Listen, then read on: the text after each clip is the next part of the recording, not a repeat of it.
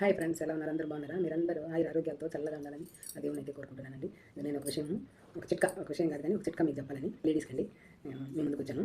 నచ్చితే చూడండి, నచ్చకపోతే స్కిప్ చేసేయండి. నువ్వులు ఉంటాయి కదండి, నువ్వులు, తెల్ల నువ్వులు కానీ, తెల్ల నువ్వులు కన్నా నల్ల నువ్వులే శ్రేష్టం అండి. నల్ల నువ్వులే మంచిది. లేడీస్కి మెనోపాజ్ అయిపోయిన తర్వాత bone problem, nervous problem, back pain, నడుము నొప్పి ఇలాంటివన్నీ ఉంటాయి. తర్వాత మెనోపాజ్ దాటిన తర్వాత షుగర్, బీపీలు ఇలాంటివి కూడా లేడీస్కి కానీ జెంట్స్కి కానీ ఎవరికైనా కూడా వస్తున్నాయి కదండి.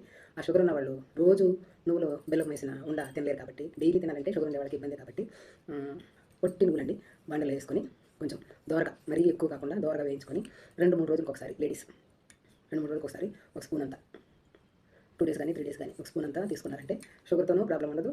కావాల్సిన బోన్ స్ట్రెంగ్త్ నువ్వుల వల్ల మనకు లేడీస్కి దొరుకుతాయి. 2-3 రోజులకి ఎందుకు తీసుకోమంటున్నానంటే డైలీ తీసుకుంటే వేడి చేస్తుంది కాబట్టి.